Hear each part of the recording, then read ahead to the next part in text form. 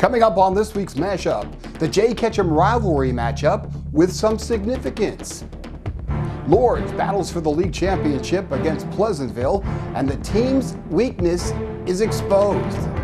You know, it has killed us. You know, we worked like heck on it, but we just, it's just one of those years, I guess. And Marlboro puts its undefeated record on the line when they go up a class to play FDR. It's big. It's better. It's what happens when we put our heads together.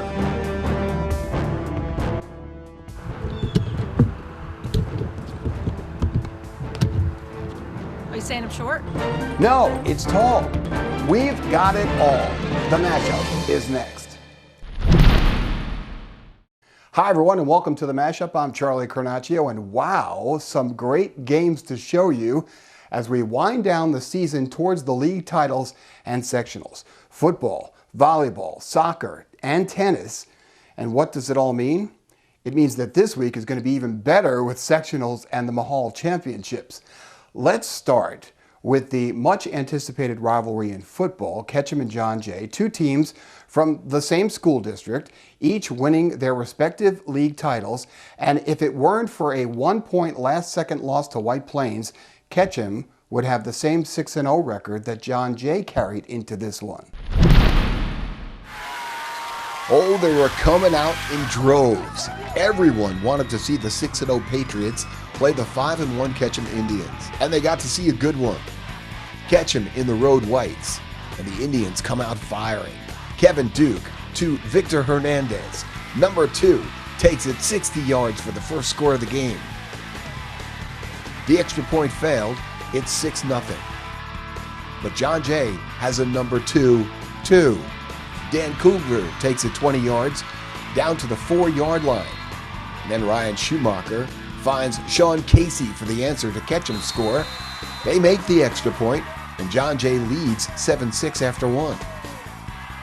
In the second, Duke is going to show just how easy it is, or how easy he makes it look, and rifles one to Tom Payne, a 15-yarder. Once again, the extra point fails, but Ketchum leads 12-7. And the Indians would never look back. Later in the second, the handoff to Roddy Tierney. And look at this. Tierney hugs the sidelines and takes it 63 yards. Ketchum is starting to run away with it 19-7. But this pass might have started nailing this one shut. Hernandez runs his own 63-yarder into the end zone. Ketchum leads 26-7 at halftime.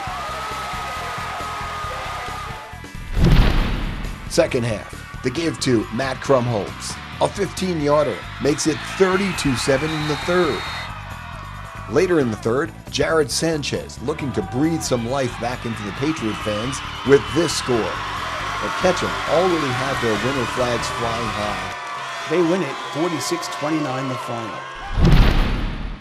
Our Lady of Lourdes had a lot on the line. Hosting Pleasantville, this game was for the league title in Class B. And let me ask, 3 or 4 years ago, did anyone ever think we would be mentioning a league title for Lourdes in anything other than girls basketball? 2 words, Brian Walsh. He did it at Brewster, he did it at Jay, he's doing it at Lourdes. But on this night, there was a chink in the armor that was exposed. Opening drive for the Warriors, Dean Roger gets things started with a 20-yard pass to Christian Keenan. Then threads one through the middle to a cutting Steve Radner. And the give to Bryce Joya makes it a quick 7-0 lead for the home team. But on Pleasantville's first series of downs, the Panthers fake punt on 4th and long from the 40. And James Layton takes it all the way in for the score to tie the game up at 7 apiece. Later in the first, Layton actually does punt the ball, but a miscue at the other end gives it right back to Pleasantville at the 19-yard line. But Layton comes right back with a field goal that gives Pleasantville a lead they would not let go of. In the second half, Lourdes couldn't seem to hold off a charging Pleasantville defense. Dean Roger was sacked multiple times in this game, and late in the game, Roger gets sacked in the end zone.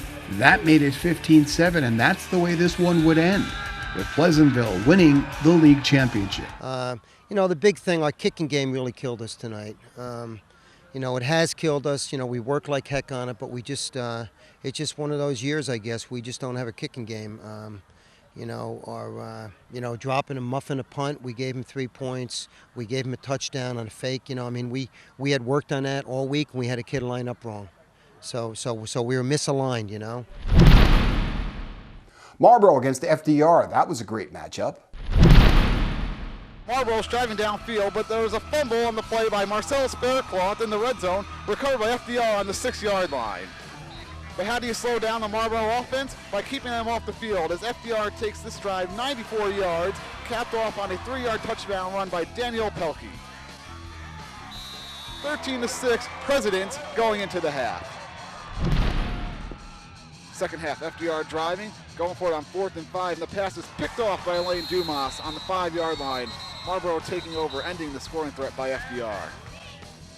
Later on in the third quarter, Marlboro looking deep, going down the sidelines, finding Marcellus Faircloth, and Marlboro has tied up the game at 13. Marlboro will take the lead after Marcellus Faircloth runs into the end zone for a 2-yard touchdown run, dukes over the Presidents 20-13. Last chance for FDR, going for it on 4th and 3, and the pass is off the fingertips of Justin Bushino. Marlboro goes on to win 20-13, the final. I liked the resolve that we had in the second half. I thought we came out great in the first half, but then we hit a lull. And I told the kids, if you want to be a champion, you got to earn the right and to play 48-plus minutes. And I was proud of how intense they came out in the second half and started to hold their own. Volleyball, Arlington hosting John Jay. Jay dominated their first meeting and took set 1 of this one, 25-18, but the second set was one for the ages. Game 2. Arlington looked like they might finally win a game against Jay this season, but Jay kept hanging around by a point or two, and that's the distance Jay needed to creep into the lead late in the game. You might think this was match point, but watch what happens. Arlington gets a break on a kill shot that goes wide. Some key net play by Caitlin Fogerstrom. Caitlin had 8 kills and 17 assists. Thyler puts too much behind this ball. Madeline Barbarin doesn't put enough behind this one. And suddenly, it's tied at 24. Gotta win by 2. And then it goes like this. Arlington gets a point. Jay gets a point. Arlington gets a point. And then Arlington gets another point for the win. But wait, the up judge says no, that Jay gets the point. Apparently, the judge saw an Arlington infraction and gave the point to Jay, which ties it up at 27. But if high school volleyball had instant replay, here's what they would have reviewed. Patora goes up for the block, and her feet land fine. But then, as she tries to get her footing for her next move, she clearly steps over the line. It was a tough call, but a good one by the judge. That's the kind of stuff that can really frustrate a coach. And it's that small crack that Jay needed to get back in the game. So now we're tied at 27, gotta win by 2. Arlington still a little flustered by the last call. And here's game point. John Jay muscles into the winner's circle for game 2, 29-27. They win game 3, 25-22, and Jay improves to 15-1 on the season. Arlington drops to 10-6. The rematch of the double overtime thriller in boys soccer had Arlington traveling to Ketchum on RCK's senior night, and a very quiet first half. The explosions actually began in the first minute of the second half. Dave Vertis gets the feed from Connor Melanofi and dips it past Jordan Bishop. It's 1-0 Arlington less than a minute into the second half. But Arlington kept up that sense of urgency. Brian Ashong passes it off to Peter Garson, who sends it out to Vinny Colantuono, and the power kick is just high. But about 6 minutes later, while Pat Mogan and Connor Tarquini get tangled in a physical battle, Dave Vertis is lining up this blast that bullets past Bishop, and just like that, it's 2-0 Arlington, Vertis' 11th goal of the season. But a minute later, Ketchum does what no other Dutchess County team has been able to do all year. Connor Tarquini battles past two defenders and Joe DeRosa in goal and scores on Arlington. It's now back to a one-goal game, but Arlington was about to get back on track. Dave Ertz on the far side crosses it over to Asham. A textbook score for the Admirals. They lead 3-1. And then putting this one away for good is Peter Garson, who slips it under Bishop, his 5th goal of the season. And Arlington scores 4 goals in the second half. The Tennis League championships were decided at Cross Court in Wappingers Falls.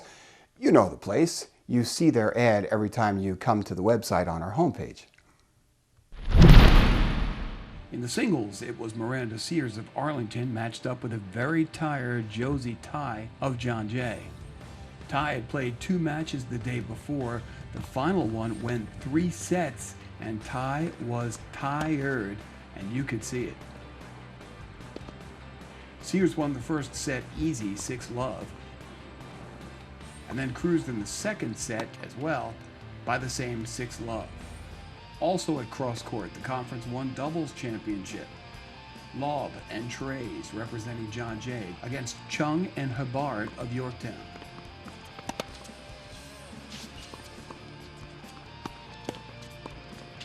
The John Jay duo was moving along nicely in the first set, winning it by a comfortable 6-2 margin.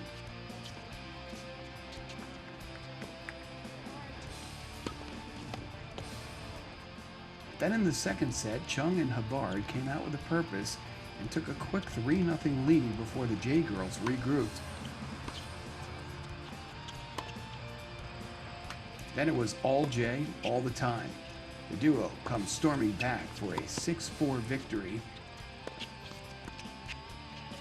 and the John Jay doubles team are conference champs with a win over Yorktown 6-2, 6-4. And this week sets up some killer matchups and championships. On Tuesday, the Spack and Kill boys soccer team is in a rematch with Rhinebeck after upsetting them last week. The Mahal Field Hockey Championships will be held this week. Marlborough and Highland get together for the black and blue rivalry game in football on Friday night. John Jay, Ketchum, Lords all play their first round of the state playoffs with their first round of sectional games. And soccer sectional seedings and schedules are announced on Wednesday. The games start on Thursday. All that plus the Marist men's basketball team hosting their media day on Wednesday. And the Arlington School District will be discussing options of moving from Section 1 to Section 9 at their board meeting this week. Look for Rich Tomaselli's article and take on that one.